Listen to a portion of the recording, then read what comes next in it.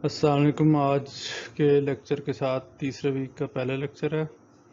आज हम नया चैप्टर शुरू कर रहे हैं 14 और इंडक्शन के बारे में चैप्टर है। देखते हैं कि क्या कह रहा है। हमारा डिस्क्लेमर है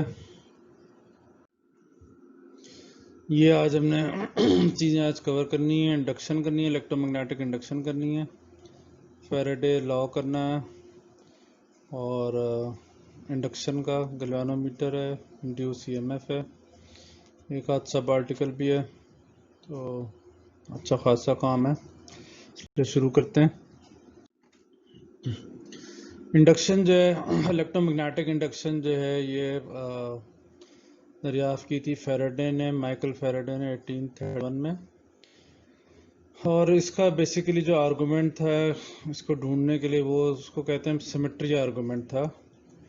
सिमेट्री का मतलब क्या है कि उससे पहले दरियाफ्त हो चुका था, ऑस्टर्ड और एम्पेयर ने किया था कि करंट से मैग्नेटिक फील्ड जनरेट होती है। तो इसने कहा कि ज़रूर मैग्नेटिक फील्ड से भी करंट पैदा होना चाहिए, लेकिन ये कि इस चीज़ को सच में ढूंढने में उसको 20 साल लग गए, इसलिए कि वो तकरीबन सारा वक्त कांस्टेंट मैग्नेटिक फील्ड के साथ काम कर रहा था। एक्सीडेंटली उसने चेंज की मैग्नेटिक फील्ड, तो करंट जनरेट हो गया। तो अब यहाँ पे जो फैराडे का काम बेसिकली वो दिखाया हुआ है फिगर में राइट पे। यहाँ पे बिल्कुल राइट साइड पे है हमारे पास लिक्विड बैटरीज आए हैं, अब 1830s है। और यहाँ पे जो है हमारे पास दो कॉइल्स हैं। एक कॉइल है ए, छोटी कॉइल है, एक जो कि एक बड़ी कॉइल स्टेशनरी जो है बी, उसके अंदर मूव कर सकती है। और जो स्टेशनरी कॉइल है बी, वो कनेक्टेड है उस ज़माने के गैल्वेनोमीटर के साथ। तो सोर्स जो है यानी कि ए प्राइमरी है, बी सेकेंडरी है। ए के साथ बैटरी लगी हुई है, बी के साथ गैल्वेनोमीटर लगा हुआ है। आपस में ये लोग फिजिकली कनेक्टेड नहीं है। और फिर क्या हुआ, जब इस कॉइल ए को बी के अंदर बाहर करते हैं तो करंट और उससे पैदा होने वाले जो मैग्नेटिक फील्ड है यानी कि मैग्नेटिक फ्लक्स जो है, ये ए की वजह से बी में बदलता है और उसकी वजह से गैल्वेनोमीटर डिफ्लेक्शन शो करता है। मतलब ये है कि मैग्नेटिक फील्ड के चेंज होने से करंट पैदा होता हुआ नज़र आ रहा है। इस फिनोमेना को हम कहते हैं electromagnetic induction. Changing magnetic field की वजह से किसी मटेरियल के अंदर ईएमएफ पैदा हो जाए। अच्छा जी, तो ये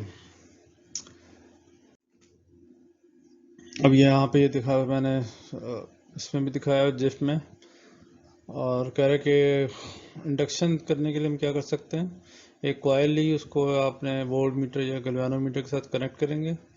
हम देख रहे हैं कि अगर मैग्नेट का नॉर्थ पोल जो है कॉइल की तरफ जा रहा है, मैग्नेटिक फ्लक्स बढ़ रहा है तो इंडक्शन हो रही है। लेकिन अगर नॉर्थ पोल को दूर लेके जा रहे हैं, फ्लक्स कम हो रहा है, तब भी इंडक्शन हो रही है। लेकिन अगर कॉइल मैग्नेट जो है वो स्टेशनरी होगा, तब जो है इंडक्शन नहीं होगी। तो ये यहाँ फिगर में दिखाया हुआ है कि अगर साउथ पोल मसलन कॉइल की तरफ जा रहा है जिसमें गैल्वेनोमीटर लगा हुआ है, तो गैल्वेनोमीटर की सुई डिफ्लेक्शन शो कर रही है। अगर दूर जा रहा है तो एक तरफ डिफ्लेक्शन है, अगर करीब आ रहा है तो ऑपोजिट डायरेक्शन में डिफ्लेक्शन है। जब भी मैग्नेट जो है वो कॉइल के करीब या दूर जाएगा, तो कॉइल में बगैर किसी सोर्स के, बगैर किसी बैटरी के, जनरेटर के, उसमें करंट जनरेट होगा, ईएमएफ जनरेट होगी। और हमें पता है कि करंट बगैर ईएमएफ के, वोल्टेज के, वो तो हो ही नहीं सकता, ओम्स लॉ कह रहा है। तो इसका मतलब है कि ज़रूर बाहर मैग्नेट की मूवमेंट से करंट जनरेट हो रहा है या ईएमएफ जनरेट हो रही है, वो यहाँ नज़र आ रही है। तो मैं ऑब्जर्वेशन इसमें क्या है कि अगर मैग्नेट जो है वो चल रहा है तो ईएमएफ जनरेट हो रही है, करंट पैदा हो रहा है। मैग्नेट के चलने की डायरेक्शन जो है वो अगर उलट जाएगी तो फिर करंट की डायरेक्शन भी उलट जाएगी। कॉइल और मैग्नेट अगर स्टेशनरी हैं तो ईएमएफ नहीं होती, इंडक्शन नहीं होती। और अगर स्पीड ऑफ मोशन जो है बढ़ा दें, ज़्यादा तेज़ चलाएंगे मैग्नेट को, तो ज़्यादा मकदार का ईएमएफ पैदा होगा, ज़्यादा करंट होगा, तो डिफ्लेक्शन जो है ऑब्वियसली बढ़ जाएगी गैल्वेनोमीटर में, वो जैसा कि यहाँ फिगर में नज़र आ रहा है। और यहाँ पे एक टर्म चीज़ डिफाइन कर रहा है, बहुत यूज़फुल तो नहीं है लेकिन ये कि बहरहाल है आर्टिकल में मौजूद। कह रहा है कि फ्लक्स लिंकेज एक चीज़ डिफाइन कर रहा है कि जो कॉयल है उसके नंबर ऑफ टर्न्स पे डिपेंड करता है और कितना फ्लक्स उसमें से पास कर रहा है, इन दोनों चीज़ों का प्रोडक्ट जो है वो फ्लक्स लिंकेज है। ज़ाहिर एन तो डायमेंशनलेस है, तो फ्लक्स लिंकेज असल में फ्लक्स वाली डायमेंशन या यूनिट होंगे वेबर्स।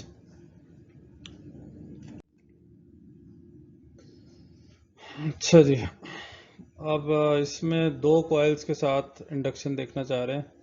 एक कॉइल जिसमें बैटरी लगी हुई है, इसको प्राइमरी कहते हैं, और एक कॉइल जिसमें बैटरी नहीं है, सिर्फ गैल्वेनोमीटर अटैच्ड है, उसको सेकेंडरी कहते हैं।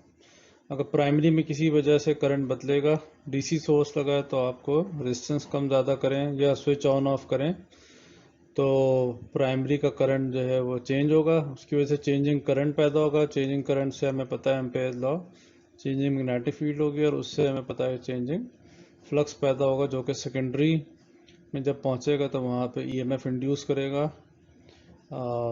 फैराडे लॉ के मुताबिक। और करंट उस वक्त तक कॉइल में सेकेंडरी में बहता है जब तक कि फ्लक्स किसी भी वजह से बदल रहा है प्राइमरी का। लेकिन अगर प्राइमरी में करंट बदलना बंद हो जाएगा तो सेकेंडरी में भी करंट बहना बंद हो जाएगा। एक चीज़ है जिसकी में बुक ने तखसीस नहीं की, उसने अलग से जिक्र करना चाहिए था। बुक में एसी सोर्स दिखाया हुआ, अगर एसी सोर्स होगा तो जैसे दिखाई हुई है एसी की आउटपुट, एसी तो मुसलसल चेंज होती है, तो आपको फिर किसी और रेजिस्टेंस को या कम ज़्यादा करने की ज़रूरत नहीं है, स्विच ऑन ऑफ करने की ज़रूरत नहीं है। अगर एसी पास कर रही है प्राइमरी से तो ज़ाहिर है उससे पैदा होने वाला करंट, उससे पैदा होने वाली मैग्नेटिक फील्ड, मैग्नेटिक फ्लक्स, सब कुछ जो है वो बदल रहा है। अगर सब कुछ बदल रहा है तो आप देखेंगे मुसलसल जो है वो ईएमएफ पैदा हो रही सेकेंडरी में, वहाँ पे करंट मुसलसल बह रहा है, लैम्प जो है उस करंट से मुसलसल जल रहा है। सेकेंड डीसी के साथ आपको मैनुअली करंट ऊपर नीचे करना पड़ेगा, स्विच ऑन ऑफ करना पड़ेगा। एसी के साथ जो है वो तो खुद ब खुद ही मुसलसल ईएमएफ जनरेट होती रहेगी, इसलिए कि एसी में तो खुद ब खुद करंट हर वक्त बदलता रहता है। अच्छा, फैराडे साहब का लॉ क्या है इलेक्ट्रोमैग्नेटिक इंडक्शन का? इम्पोर्टेंट लॉ है, सारे नंबर आपको याद होना चाहिए। ये एंट्री टेस्ट में आएगा, वाइवाज में, इंटरव्यूज में पूछा जाता है बहुत। फैराडे ने देखा कि जो कॉइल में ईएमएफ पैदा हो रही है एप्सिलॉन, ये डायरेक्टली प्रोपोर्शनल होती है to the rate of change of flux. ये बात भी याद रखनी है कि इंड्यूस ईएमएफ जो है वो नहीं डिपेंड करती मैग्नेटिक फ्लक्स पे या उसके मैग्नीट्यूड पे, कम है ज़्यादा है, वो डिपेंड करती है rate of change of magnetic flux पे। मैग्नेटिक फ्लक्स अगर तेज़ी से चेंज हो रहा है तो ज़्यादा ईएमएफ होगी, अगर स्लोली चेंज हो रहा है तो कम ईएमएफ होगी। एक्चुअल मैग्नीट्यूड मैग्नेटिक फ्लक्स का इम्पोर्टेंट नहीं है।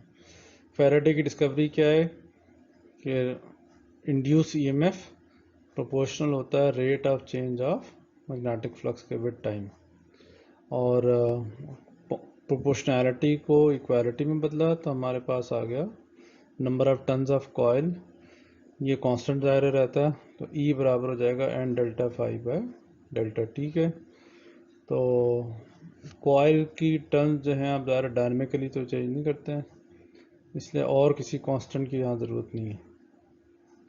तो यहाँ से जो है बुक के लिहाज से फैराडे लॉ को उन्होंने दो हिस्सों में तोड़ दिया।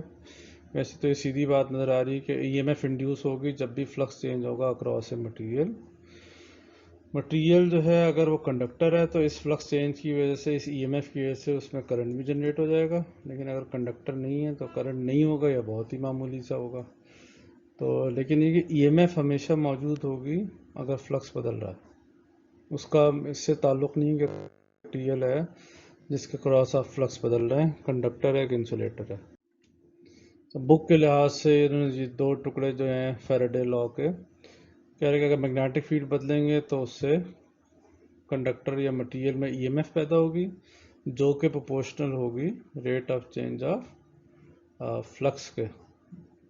ये यहाँ पे फ्लक्स आना चाहिए, rate of change of flux के। तो अब ये लेंज़ेस लॉ जो कि हमने आगे पढ़ना है उसको इस्तेमाल करके बता रहे हैं। लेंज़ेस लॉ के मुताबिक हमेशा इंड्यूस ईएमएफ जो है उसकी डायरेक्शन, उससे पैदा होने वाले करंट की डायरेक्शन ऐसे होती है कि जो फ्लक्स का चेंज है वो अपोज होता है। इस पर हम बात करते हैं अगले आर्टिकल में, लेकिन मैं इस अपोजेस की वजह से यहाँ पे माइनस का साइन आ रहा है। तो एप्सिलॉन असल में बराबर होता है minus n delta phi by delta T के, जबकि नेगेटिव का साइन जो है वो ऊपर वाली इक्वेशन में जाहिर कर रहा है कि ये लेंज़ेज़ लॉ यहाँ पे ओबे हो रहा है, यानी कि कॉज को अपोज कर रहा है इंड्यूस करंट जो है। अच्छा, एक एप्लीकेशन है फैराडे लॉ की, इसको कहते हैं सेस्मोमीटर। ये ज़ाहिर सेस्मोग्राफी में यूज़ होता है। सेस्मोमीटर एक ऐसा इंस्ट्रूमेंट है जो कि ग्राउंड के मोशन को रिस्पॉन्ड करता है। ग्राउंड का मोशन जो है आपको पता है अर्थक्वेक की वजह से आ सकता है, वॉल्केनिक एरप्शंस के करीब, पहाड़ के करीब के जो इलाके हैं उनमें भी अब ट्रेमर या झटके महसूस करते हैं, या एक्सप्लोजन हो रही कहीं नियर बाय, तो भी सेस्मोमीटर उसको रिकॉर्ड कर सकता है। ग्राउंड जब भी शेक करेगा तो सेस्मोमीटर उसको रिकॉर्ड कर लेगा। सेस्मोमीटर में आमतौर पे एक टाइमिंग डिवाइस होती है और एक रिकॉर्डिंग डिवाइस होती है। इन दोनों को मिला के जो चीज़ बनती है इसको हम कहते हैं सेस्मोग्राफ। तो अब ये आउटपुट सेस्मोग्राफ की जो है वो कागज़ पे भी देखी जा सकती है, रिकॉर्ड कर सकते हैं, फिल्म पे, फोटोग्राफिक फिल्म पे ले सकते हैं। लेकिन ये कि ये ज़ाहिर है कि ये पुराने ज़माने की चीज़ें हैं। अब आजकल जो है हम जो है डिजिटली इसको प्रोसेस कर सकते हैं, कर लेते हैं। और जो आउटपुट है डिवाइस का सेस्मोमीटर की, सेस्मोग्राफ को कहते हैं सेस्मोग्राम। आउटपुट सेस्मोग्राफ की या सेस्मोमीटर की वो है सेस्मोग्राम। तो सेस्मोग्राम से जो है आप ढूंढ सकते हैं कि अर्थक्वेक जो है एग्जैक्टली किस जगह हुआ, ज़मीन का अंदर का स्ट्रक्चर किस किस्म का है। यहाँ पर राइट साइड में दिखाए हुए हैं ज़मीन की मुख्तलिफ लेयर्स दिखाई हुई हैं। सबसे नीचे आपको पता है मेंटल होता है, फिर क्रस्ट होता है ऊपर, उससे नीचे कहीं कोर होता है। कोर तक का मसला ही नहीं है, ये सारा काम हो रहा है अर्थक्वेक का क्रस्ट और मेंटल में। आपको पता है कि क्रस्ट जो है वो थिन लेयर है, वो बड़ी बड़ी प्लेट्स के ऊपर रेस्ट करता है, इनको हम कहते हैं टेक्टोनिक प्लेट्स।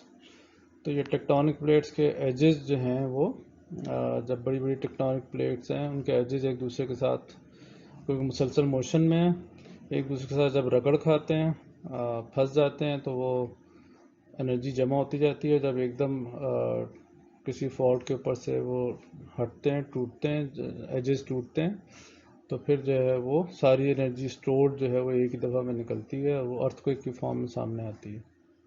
हर रोज़ सैकड़ों हज़ारों अर्थक्वेक आ रहे होते हैं, लेकिन हर एक का अमूमन इतना मैग्नीट्यूड नहीं होता कि हम उसको डिटेक्ट कर सकें। तो यहाँ पे यह है, ये लेयर्स है मुख्तलिफ अर्थ की। जिस जगह पे एक्चुअली टेक्टोनिक प्लेट्स पे रगड़ खा रहे टेक्टोनिक प्लेट्स, उसको हाइपोसेंटर कहते हैं। उसके ऊपर ज़मीन की सरफेस पे जो जगह है उसको कहते हैं एपिक सेंटर जो है अर्थक्वेक का।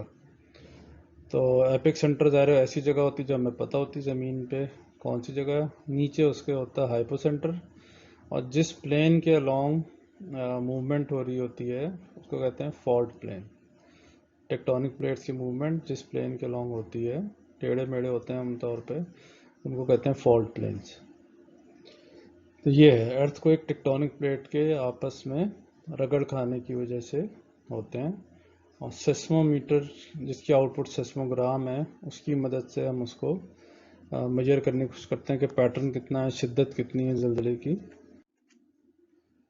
तो ये एक रिवायती सेस्मोमीटर दिखाया हुआ है, और इसने कहा कितनी सिंपल सी डिवाइस है। एक ये फ्रेम है, सारा फ्रेम जो है ये ज़मीन के साथ या ग्राउंड के साथ बंधा हुआ है। ग्राउंड शेक करेगा तो फ्रेम भी शेक करेगा, लेकिन उसके ये जो सस्पेंडेड मैस है ये इनर्शिया की वजह से अपनी जगह पे खड़ा रहता है। पूरा इंस्ट्रूमेंट शेक करता है, तो ज़ाहिर है कि वो जो शेकिंग है वो इंस्ट्रूमेंट की वो इस पेपर के पर नज़र आ रही है, रिकॉर्ड हो जाती है। मैस इनर्शिया की वजह से खड़ा रहता है, बाकी पूरा इंस्ट्रूमेंट जो है वो ज़मीन के साथ शेक करता है। ज़ाहिर ग्राउंड शेक करेगा अर्थक्वेक में तो ये भी शेक करेगा, लेकिन मैस अपनी जगह खड़ा रहता है इनर्शिया की वजह से। उसके साथ अटैच जो नीडल है, पॉइंटर जो है वो पेपर पे पैटर्न बनाता है। ये वर्टिकल मोशन वाला वो है सेस्मोमीटर है। तो बाकी ऊपर की चीज़ मैंने पहले बता दी है कि फॉल्ट्स जो हैं वो एक दूसरे के साथ, फॉल्ट्स के ऊपर दो टेक्टोनिक प्लेट्स टच हो रही होती हैं और चल रही होती हैं, लेकिन अगर फंस के फ्रिक्शन की वजह से रुक जाए कुछ हिस्सा प्लेट का तो बाकी चल रहा होता है। तो जब वो अलग होता है तो फिर बहुत सारी एनर्जी जो है वो इकट्ठा निकलती है और ज़लज़ला आता है। जलजला जो है हाइपोसेंटर से हर तरफ फैलता है, बिल्कुल जैसे आप पौंड में पत्थर फेंकें तो हम देखते हैं कि रिपल्स जो हैं वो तालाब में हर जगह जा रहे हैं। उसी तरह से हाइपोसेंटर से हर तरफ ऊपर नीचे दाएं बाएं सब तरफ जो है सेस्मिक वेव्स, जलजले की लहरें यानी कि सफ़र करती हैं। और ये सफ़र जो है ज़्यादा जब करते जब हम तक पहुंचती है तो ग्राउंड शेक करता है, आपको एहसास हो जाता है कि जलजला आ रहा है। तो सेस्मोग्राफ जो है वो माउंटेड, ये मैंने इसकी डिटेल आपको बता दी है। तो ये इससे आप बड़े आराम से ग्राउंड का मोशन जो है वो डिटेक्ट कर सकते हैं। एक और तरह का भी सेस्मोमीटर जो आजकल इस्तेमाल हो रहा है वो, उसमें मैस जो है जो सस्पेंडेड होता है उसको आपने पोलैरिटी दी हुई है, कनेक्ट किया हुआ है बैटरी के साथ, तो और उसको एक कॉइल के बीच में रखा हुआ है। तो जब ग्राउंड शेक करता है तो कॉइल और मैस की रिलेटिव मूवमेंट होती है, और इस रिलेटिव मूवमेंट की वजह से जो कुछ भी हो रहा है वो आपको करंट की शक्ल में नज़र आ जाता है कि क्या हो रहा है। कॉइल की और मैस की रिलेटिव मूवमेंट जो है वो हम जो है वो करंट के सिग्नल बन जाते हैं, उनको एम्पलीफाई करके हम कहीं रिकॉर्ड कर लेते हैं। मैस जो है उसको मैग्नेटाइज करते हैं वर्टिकली, तो नॉर्थ साउथ पोल जो हैं वो ऊपर नीचे होंगे, और ये मैस जो है ये इसकी और कॉइल के रिलेटिव मूवमेंट जो है वो नोट कर लेते हैं। जितना तेज़ वेलोसिटी से मैस वाइब्रेट करेगा उतना ज़्यादा मोशनल ईएमएफ होगा, उतना ज़्यादा ईएमएफ उतना ज़्यादा करंट उतनी ज़्यादा मैग्नेटिक फील्ड होगी, वो हम आराम से डिजिटली उसको रिकॉर्ड कर सकते हैं। तो ये इलेक्ट्रिकल सेस्मोमीटर है जो कि ज़ाहिर मॉडर्न वर्जन है उसका। इसमें कागज़ के बगैर आप जो है कंप्यूटर के अंदर स्टोर कर सकते हैं जो भी डाटा है। तो लेंसेज लॉ पे हमने पहले बात की।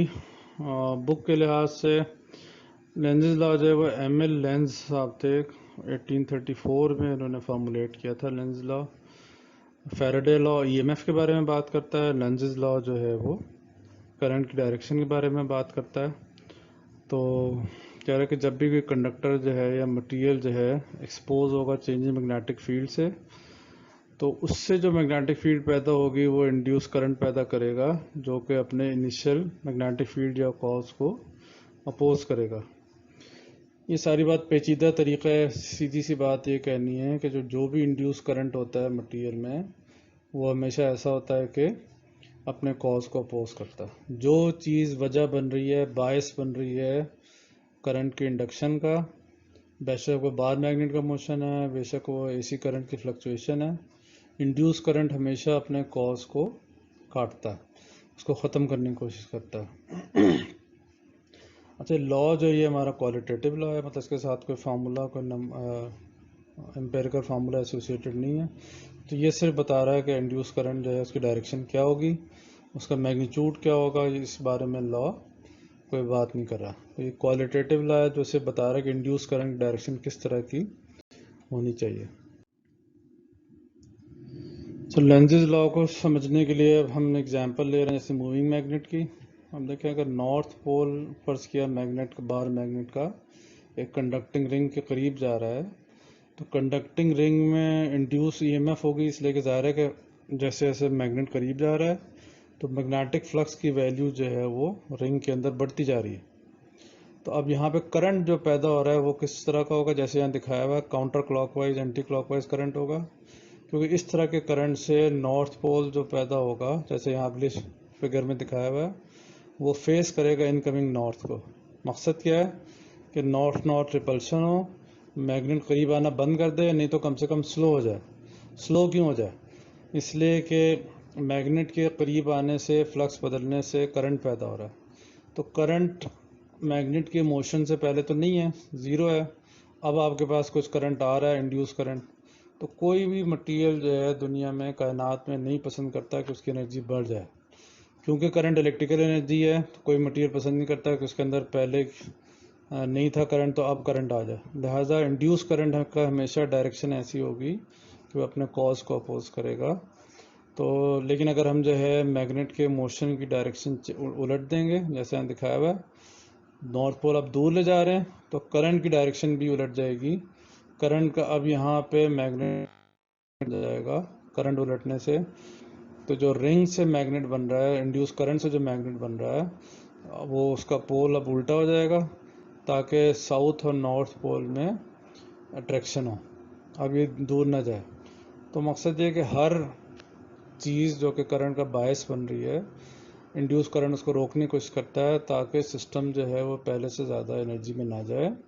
और जो भी आप वर्क कर रहे हैं फ्लक्स बदलने में, बेशक वो बार मैग्नेट मूव करने में हो रहा है, बेशक वो कंडक्टर मूव करने में हो रहा है, बेशक वो एसी को फ्लक्चुएट कराने में हो रहा है, जो भी वर्क कर रहे हैं वही असल में आपके सामने इंड्यूस करंट की शक्ल में सामने आता है, वही वर्क जो है। ज़ाहिर एनर्जी कंजर्व है, अगर करंट पहले नहीं था अब है, इसका मतलब कहीं ना कहीं कोई ना कोई काम हो रहा है जो कि अब जो है वो करंट की शक्ल में सामने आ रहा है।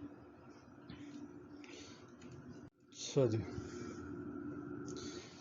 ये भी हमने बात कर ली कि लेंज़ेस लॉ जो है वो एनर्जी कंजर्वेशन के मुताबिक है। हर फिज़िक्स की ब्रांच में एनर्जी कंजर्वेशन जो है वो किसी न किसी शक्ल में सामने आती है। तो जैसे फर्स्ट लॉ था फर्स्ट ईयर में थर्मोडायनेमिक्स का, वो एनर्जी कंजर्वेशन था।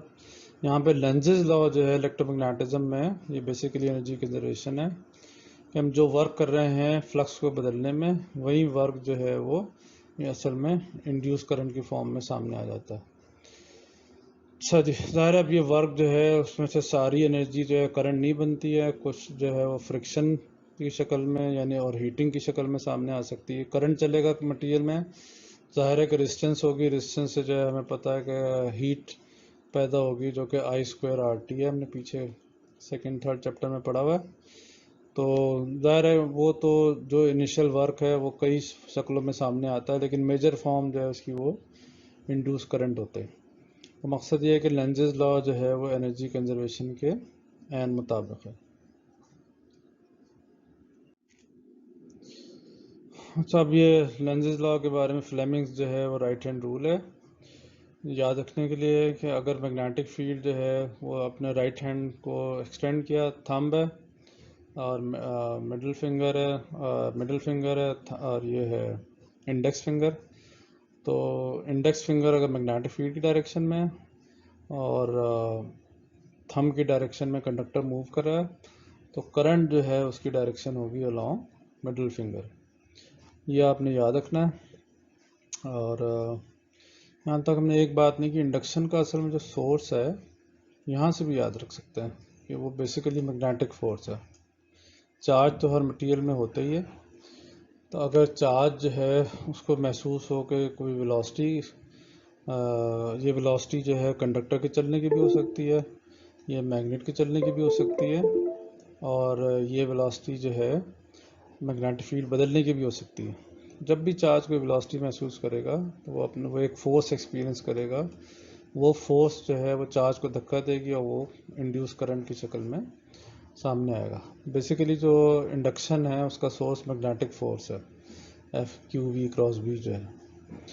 तो ये डायरेक्शन जो है ये याद रखनी है, थंब वेलोसिटी या मोशन की डायरेक्शन कंडक्टर के, और इंडेक्स फिंगर जो है मैग्नेटिक फील्ड, और मिडिल फिंगर जो है वो इंड्यूस करंट की डायरेक्शन दिखाती है।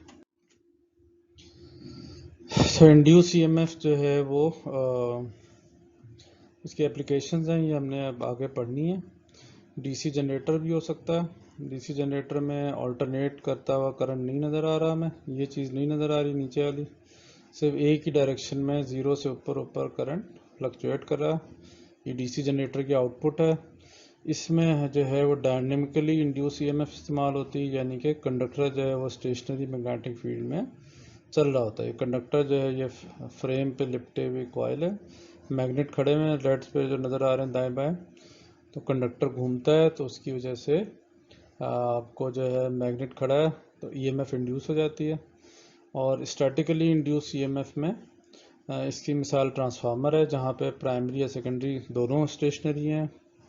तो यहाँ पे मैग्नेटिक फील्ड के बदलने से EMF जो है वो इंड्यूस हो जाती है आउटपुट या सेकेंडरी में। ये दोनों चीज़ें जो हैं हम अभी इसी चैप्टर में ही पढ़ेंगे तफसील से बाद में। आज का ये था गाइस लेक्चर। MCQs आपने करने हैं 1 2 3, कॉन्सेप्चुअल 5 6 7 करने हैं, सिर्फ 2 सवाल करने हैं, कॉम्प्रिहेंसिव 2 3 और प्रॉब्लम अटेम्प्ट करने हैं 2 to 5। खुद करने की कोशिश करें, वैसे बेशक नेट पे सब कुछ मौजूद है। तो आप ये लेक्चर लंबा हो गया, लेकिन आपके ऊपर ज़ाहिर है एक गो में देखना ज़रूरी नहीं है। जितना समझ आए, एक दफ़ा नहीं समझ आया बार बार देखें, और टुकड़े करके पॉज करके स्टॉप करके देख सकते हैं। हाँ, अगले लेक्चर में मिलेंगे इंशाल्लाह जल्दी। अल्लाह हाफिज़।